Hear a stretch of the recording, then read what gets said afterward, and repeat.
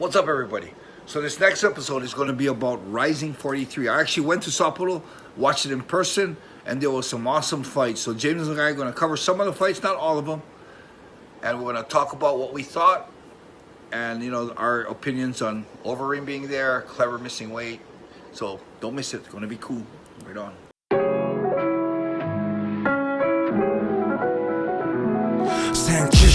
1978とある田舎町で生まれて移り住んだ新宿で育ちこの町で起きたこれまでの俺たちのここまでの生い立ちはほんのまた序の口試されたいちいち正してきた過ち騙し合いやからしないはスニッチの始まり放課後の登山所児童館にホームアローンそんな時間はほったらかして向かったとある場所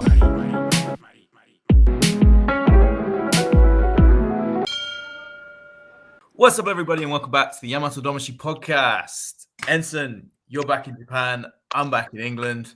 Unfortunately, our Thailand trip is over. That was a blast. So much good fun. That was crazy, man. That was a nice trip. I'm glad, too, because you got to meet a lot of the guys that we talk about now. So, yeah, definitely, right? Met a lot of cool people. Made a lot of friends. Yuji is super cool. Charmer was good. Yeah, Yuji, too, yeah. Yeah. We'll be, everyone will get to meet Yuji, right, when we drop that podcast. Yep. That's going to be cool. We kind of need to do maybe record a little bit more with Yuji just because we only went like 10, 15 minutes, right? And maybe we can. Yeah, maybe we should add a little bit extra because I didn't even realize that he did breaking down like when it was like in the initial stages. I think he did the second breaking down or the first breaking down. Yeah, I think it's number 2 because I watched it. I was just watching it out of interest. And I was like, Yuji Inoue. I was like, no. And I was like, that's Yuji. I had no idea he was on it. And I was just like, what the fuck? So, yeah. Yeah, he is, man. Yeah. But no, Thailand was good. We've got more videos, more content coming out from while we were there. Look out for them shortly. But yeah, I mean, you came back and straight traveling, right? You were up in Sapporo. Hokkaido for this weekend to see RIZIN. Yeah, so I actually went to watch the live RIZIN. Awesome. And what was your thoughts on the show overall? Right, the short show. Oh, it was short, but I got to talk. I had to hash out some stuff with my Chinese connection, and I got to meet Masa them, the Ichizoku guys. Ate a lot of good food. And, it was nice to see the fights live, It was nice to go and actually be there. And there's a lot of fights that I was kind of connected to, to watch. Yeah. Some guys I've trained before and, some guys I knew from before. So it was kind of interesting to watch. Yeah, no, it'd be cool to get your take on what you thought about some of the performances. Because there were some big knockouts. It was a good show. It was a very easy to watch show. I think maybe we should start with Alistair Overeem, right? Because this is kind of a funny situation. I mean, do you want to start with kind of what happened before RIZIN?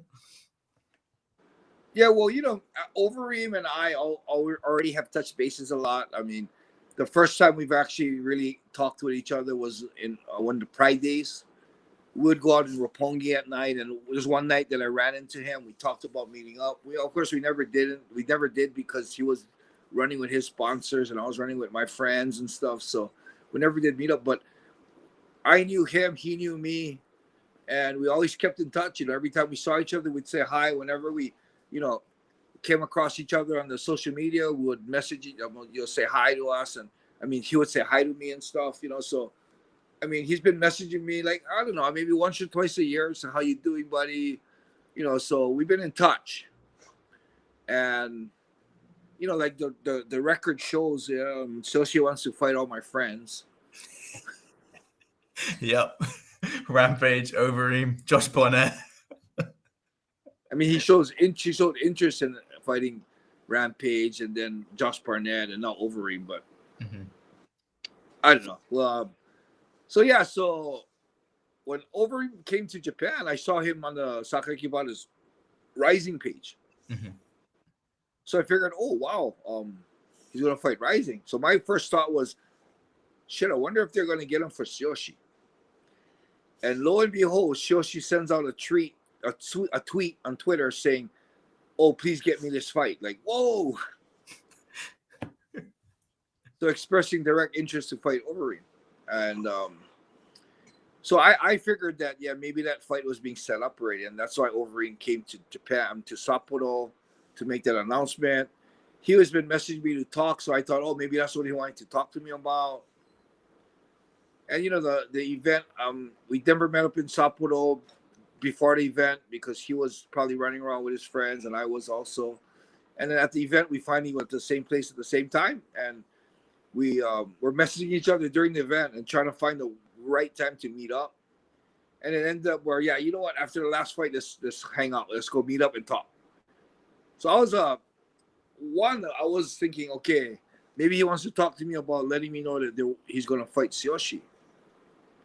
So I thought, oh, maybe he wants to talk to me before he gets into the ring. But we couldn't make that happen. So when he went to the ring, I was like, oh, shit. He's going to talk about Tsuyoshi. And then on the big monitor while I'm watching Overeem talk, I see my fucking dish. They're filming me. Like, what the fuck are they filming me for? So I thought, for sure he's already gonna call out Tsuyoshi or something, because maybe they couldn't find Tsuyoshi in the crowd, and they figured, oh, let's do Enson because he's the coach. And then Overeem just said, yeah, you know, I love Japan. I want to thank you guys for, you know, helping me with my career, and I would love to fight in Japan again, and thank you very much. And he ended. It was like, oh, that's it. I thought he was going to let them translate and then say, okay, and I want to fight somebody here, you know. But he didn't, and he left, and I was like, oh, maybe he didn't talk to me, so he decided not to say it. So when I met up with him in the back, finally, you know, it was pretty much like, oh, Enson, what's up? Let's hang out, you know. And it's like, I'll be in Japan, or sometimes I'm in Hawaii, you know, we keep in touch, and let's hang out. Let's hang out. Just, you know, just as the friend that we always was, you know, like, oh, let's hang out. Let's hang out. And I thought, what about, are you going to fight? He goes, and he was totally like, I don't know when they want me to fight. And I thought, well, from what I hear from Tsuyoshi is apparently they want you to fight him in year end. And he goes, Tsuyoshi? And he didn't really know Tsuyoshi. And then one of the guys next to him to tell him, oh, that guy I was telling you about. And, you know, he lost a lot of weight, but he's in good shape, man. He lifted up his shirts. He had ripped abs, he had washboard abs. Oh. And then he's telling me that, yeah, he's like in the best shape of his life. He said he's never been this injury-free ever. Wow. So, yeah, so he's really, I mean, I think he might be in top shape from what he used to be. So he's probably, you know, now that because I gave him that info that maybe they want you to fight in New Year's Eve, he's trying to shoot for that. Maybe, you know, he said he has a lot of time. He said in these 3 months he'll be in top shape. So interesting. Wow. Yeah, I mean, honestly, I told Overeem that too, that I think you'd be a real tough fight for Tsuyoshi, man. I mean, with his striking ability, his, you know, that dangerous guillotine he has, he knows his ground shit. He almost finished Miocic on the ground. Yeah, and then his experience and his power, and I mean, you know, so yeah. I don't feel it's a good fight, but you know, as you know, I don't manage Tsuyoshi. I just coach him. He does all his fight. He picks all his fights. He does. I helped him on in the beginning, but he's doing all of it now. He's talking to Sakaki about it directly. And so I pretty much just got to roll with it and say, okay, you're going to fight him? Okay. He's the one who wanted to fight Rocky. Yeah.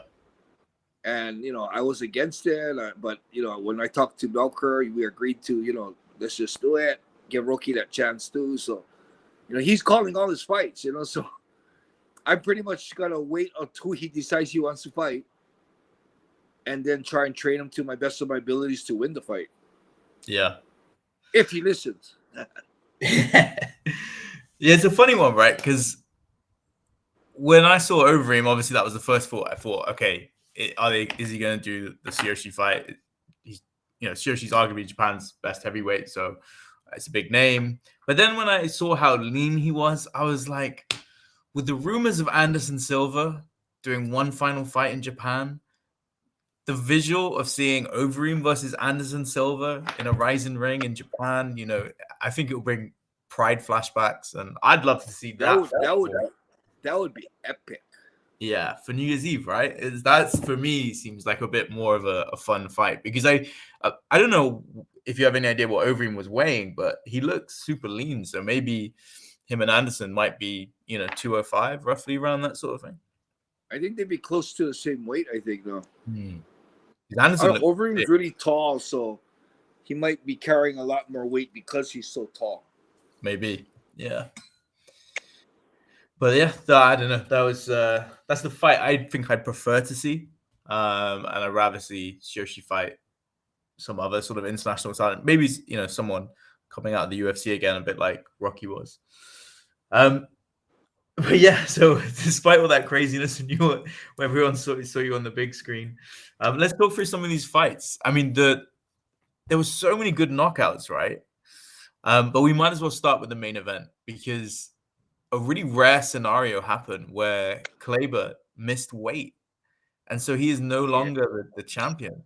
What was the reception like in Japan, right? Because you don't see it very often where fighters miss weight. Well, it doesn't happen often, and I kind of felt what they did was really severe, because even the UFC, they don't strip the guy. You know, it's pretty much I don't know, because if it was a vacant title, then the guy who missed weight wouldn't be able to win the title. If the champion missed weight, I think, well, I don't know what they would do, because I just think it's so weird to have a no contest when he clearly dominated and armbarred him. You know what I mean? It's kind of weird to say that's a no contest, regardless if you miss weight. I think the UFC recognizes the victory, but they don't recognize them as the champion. I think that's the case, but I'm not too sure. Oh, they might strip him as a champion, but they'll recognize the victory. Yeah, it did happen with someone, right? And if the Chihito won, he would become the champion. Yeah. So he had the same. Yeah, I thought it was really weird to have it as a no contest. It's like only on the record of RIZIN records, it's a no contest. As far as anybody else involved, Kleber won that fight. I mean, it's like, how can you give that a no contest because he missed weight? It's like there's no way it's a no contest. And he was super apologetic about it, right? He realized. Yeah, you know, and before Sarah missed weight, I was the type of guy that was strong on that's fucked up if you miss weight, it's unprofessional.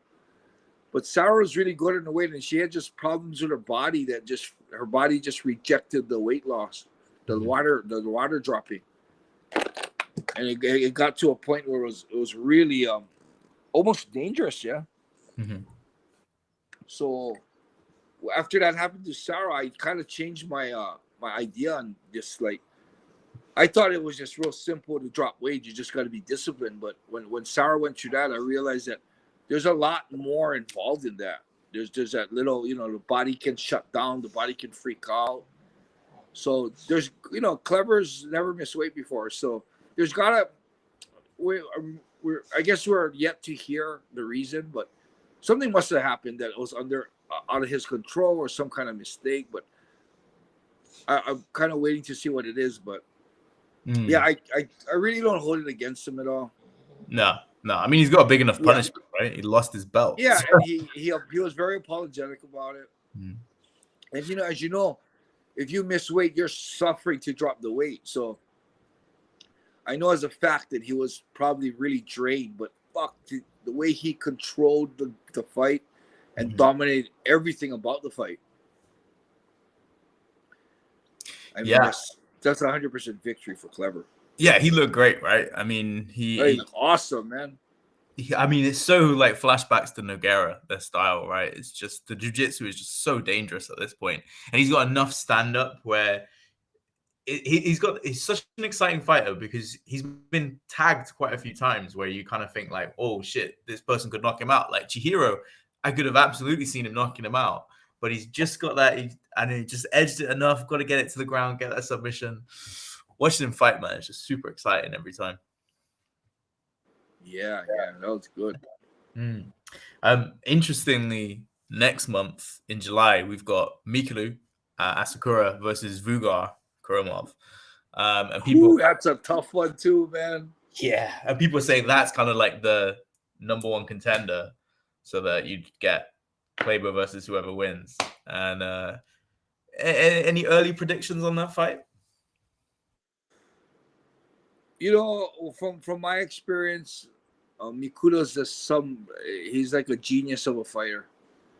Smart kid, timing's amazing, and you know, I guess I really would have a hard time betting against Mikuru. Mikuru. Yeah, I think I'm the same. As dangerous as that guy is, Kurumov, yeah. I think Mikuru knows what he's doing and he'll be ready. Yeah, I mean, Kurumov looks like a savage in his fights, right? But I agree with you. I think Mikuru's got the fight IQ to find a way to get a decision. Fight IQ, that's what it is. Fight IQ, yeah, amazing. Yeah, definitely. But yeah, and then hopefully maybe a big match on New Year's Eve, right? Maybe Mikuru coming for the belt. Yeah. So we also had, you know, as I was alluding to before, some crazy other fights. The one that stuck out to me, and it was at least 3 or 4 like huge knockouts, but Suguru Nii literally looked like he was going to take that guy's head off. And apparently they were friends or something. They were longtime childhood friends. That's crazy. They did not fight. Suguru Nii, his sponsor asked me to train him, so I did train him a couple of fights back where he fought in this Pancras event. And he was the type of guy that his striking was so-so and his ground was solid. And seems like he worked on his striking. His striking, he was a step faster than his opponent. So yeah, I kind of saw that coming after the first 10 seconds of the fight, where Suguru was able to, you know, catch his opponent with the right crosses without the guy even knowing it's coming. I thought the hand speed was just too fast, and I thought, oh, the guy on the other hand is a Shuto fighter, and he does that shit where he doesn't put his guard up. He likes to stick his face out and taunt the guy, and if he gets hit with a nice shot, he'll smile. He has that real weird pride that it didn't hurt. Yeah, I'm good. Yeah, that's a good punch. Like, he's so much better than the guy. He compliments him on a punch that he got hit with. And when I saw how fast Suguru's hands were, I thought, if the guy continues to play this stupid no guard style, he's gonna get knocked out. And sure enough, he got knocked the fuck out. And Suguru actually was good. He followed up with a soccer ball kick in his head. Yeah, savage finish. Really. I would have fucking did a head stomp. Yeah, the kick was pretty like just missed him, I think, by like maybe caught a toe or something. But he got stretched out. Kind of clipped him, yeah, a little bit. Yeah. You got stretched out on one of those Japanese stretchers, so it must have been pretty bad. The other knockout, which I thought looked just like a horror film, was Philip Kimura. You know, absolutely. That guy hits hard, man. Philip Kimura touches you, you're gonna have lights out. So, yeah. Do you know what's crazy? Did you see this? That they were saying after that they were gonna drug test him or something? Yeah, there's a big talk in Japan about him doing steroids. So we will see. I guess they are going to test him, but yeah.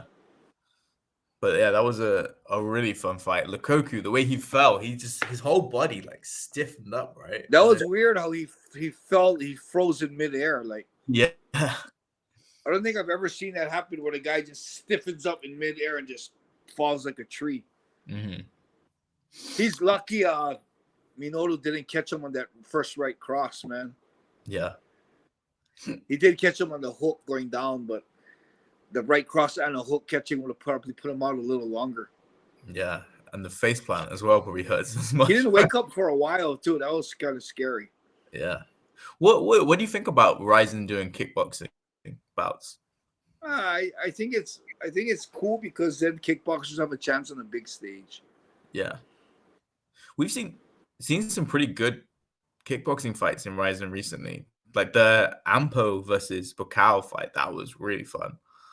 And I kind of like if Philip Kimura passes the drug test, I kind of like to see Anpo and Kimura go at it. I think that'd be pretty fun. Well, he wants to fight Anpo, and then after the fight, he came to talk to me. And I told him, I saw you call out Anpo. I said, please fight him. That guy needs his jaw broken. And he goes, yes. He said, I really don't like the guy. He said, yes, I want him too. Like, oh yeah, please. For those that don't know, why does Anpo get so much heat? I don't know. He's trying to play the heel, you know? But he's literally being a dick on social media, stuff he says and stuff he does. So yeah, he's playing the dick, and I heard from the grapevine he is a dick. So maybe he is a dick. So yeah. So to answer your question, it's probably because he's a dick. Nice and straight. How we like it. What do you think about Kubo? Yuta Kubo being back. He's kind of, it's the second time he came back since the whole scandal with him and Shibata. But I feel like he's kind of won himself over a little bit back with some of the fans. Yeah. I think the fans. Yeah. When he first did that fucking fake fight with Shibata, I thought him and Shibata should never ever be in the fighting ring ever again. Mm-hmm. But to see him taking it so seriously, to see him actually getting a lot better, and his striking is head over heels better than any striker in RIZIN. So, I mean, I think he's paid his dues, and he's actually training as an MMA fighter, and I'm actually kind of excited to see what he's going to do. Yeah, him and his awesome wife, right? That wife is she's so pure. She's the best. She's pure, and she just goes on her emotions. And you almost, in the beginning when I saw it, it was kind of annoying because I didn't know who she really was. When I found out how pure and innocent she actually is, and she's just being very genuine with her feelings. I see her as kind of cute now. Like she is a cute girl, but then her personality she's not doing it as an act. She's not trying to get attention for herself. She just can't control her actual feelings. So when you watch her doing that and the way she screams, it's kind of cute. It's funny, yeah. A lot of people think that she's just an act, but they make a good couple because he kind of compliments all her stuff that she does. And like when she was saying at that post-fight interview, she said something like, "Oh yeah, I got a little too excited, a little too crazy," and he kind of told her, "Oh, you look so cute doing that." So he just props it, and it makes it. Of course, he's gonna make her do it more and more. Yeah. And we had 2 knockouts from Suzuki's, 2 different Suzukis. We had Chihiro's brother, Hiroki, who knocked out. Yeah, that was a huge knockout, man. That because Umeno, that guy's damn good, man. Yeah. Yeah, he's had an unfortunate showing lately, right? Like he had the exhibition back with Ren. Yeah, the kid is super good. Yeah, so Chihiro's brother looked pretty cool. I'd like to see him fight again. And then you got Hiroki Suzuki, the one that trains out of Bonsai. He had that crazy knockout as well. So yeah, now I thought that was so unfortunate for Mikuru's student, man, because he's actually a really good fighter, and that was actually a pretty nice flying knee, and I honestly think it was a lucky punch because when you look at the slow-mo, Suzuki just kind of closes his eyes and throws that big overhand left, I think it was, yeah, and yeah, it just hit the lights out button, man, Yeah. So I think that was just a real unfortunate situation for Mikuru's student, and I think it was a huge win for Suzuki. It really reminded me of. Do you remember the Fedor? Was it Fedor Orlovsky knockout? Where like Orlovsky tried to jump up and then Fedor just at the affliction event. And even Kimura, his debut set in RIZIN. He fought. I think he fought. It was a black guy. It was either Charles Bennett or it might have been Charles Bennett. It might have been Charles Bennett. Yeah, and he got Kimura was going for a flying knee, and almost exact same thing, just got caught straight on the chin. Yeah, it was Charles Bennett by the looks of it. Yeah, 7 seconds. That was it. Yeah. Yeah, and I wanted to get your thoughts on the heavyweight bout between Shrek and Ueda. Shrek just, I think, is over his time to be fighting anymore. I think he's moving too slow. His reactions are too slow.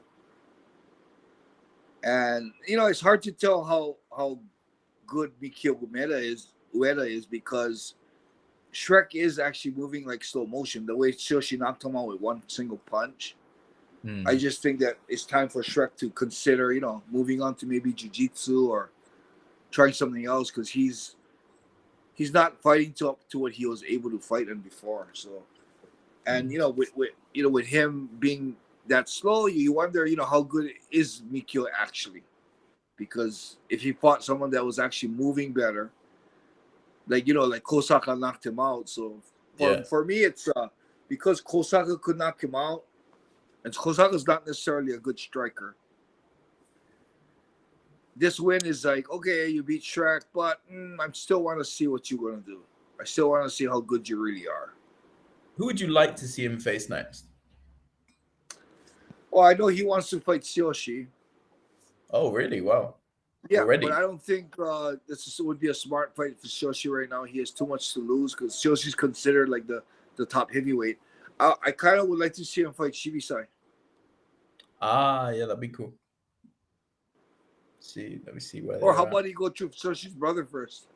Yeah. It could be him and it's him and his brother, Ueda and his brother. I reckon that makes kind of sense. I wonder. Yeah, that would make sense. His brother wants to fight again, right? Yes, it doesn't sound like he's really training that much.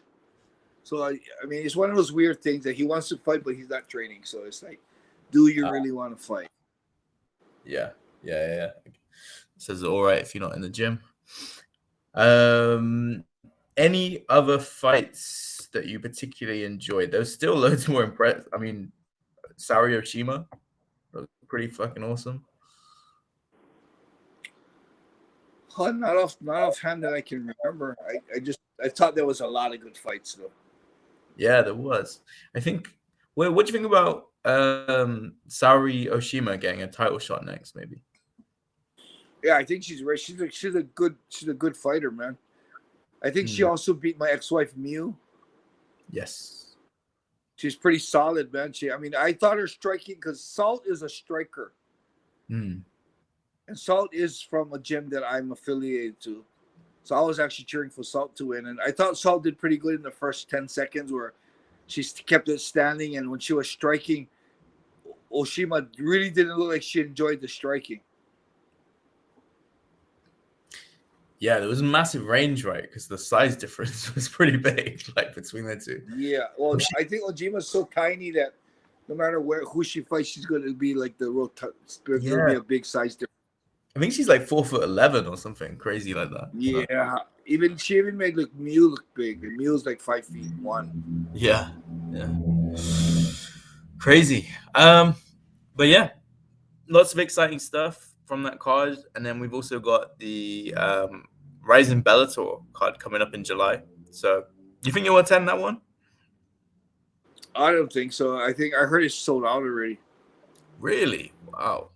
And I hate asking for tickets, so I only asked for tickets for Sapporo because I heard that it was at the time wasn't sold out, and eventually ended up getting sold out. So, I do enjoy watching it at home too, watching the TV, and I'd rather not take away tickets that RIZIN could probably sell if they're selling out the shows. I mean, I usually ask for 5 tickets. So that's 5 more tickets. And, the tickets are like, depending on where the arena is or how big the arena is, the tickets that I get, the VIP tickets the ones we got this time was about $1,000 each. Whoa. So sometimes they go up to 3,000. So yeah, it's right in Saitama, right next to in the same town that I live in. Yeah, it's like down the road. But Sarah enjoys going to the fights because the arena and the atmosphere. But I really been to so many fights, and I've actually walked down that ramp in Pride. So, you know, just being at the event for me, I was in the event so many times. It's something that, you know, I don't need. I'd rather stay home, get some, you know, ice cream and cookies, and, you know, the toilet's right there. I can go anytime I want. You know, the dogs will be here. You know, so I choose. I prefer, you know, just stay at home and watching it at home. I know what you mean. It's enjoyable, but for me, RIZIN live, wow, what an experience! If I had the opportunity to go back and do it again, I certainly would, because the New Year's Eve event we went to was insane. So yeah. So yeah. But yeah, I think that's going to do it for this episode. Unless there's anything else you wanted to say, anything you want to plug? No, not really. Not necessarily. Yeah, Sapporo event was real nice to see it, you know, get sold out, because I have a lot of good friends in Sapporo, and I'd love them to go back to Sapporo. So it looks like they will be going back to Sapporo. Great. So yeah, I thought it was a good event, and I really enjoyed myself in Sapporo. Awesome. Thanks everybody for watching. We'll speak again soon. Right on. All right, everybody. That was cool. That was Rising 43. We didn't talk about all the fights, so if you want me to make my comments on some of the fights we didn't talk about, shoot me a message in the comments. Also, make sure you like and subscribe and share. Right on, guys.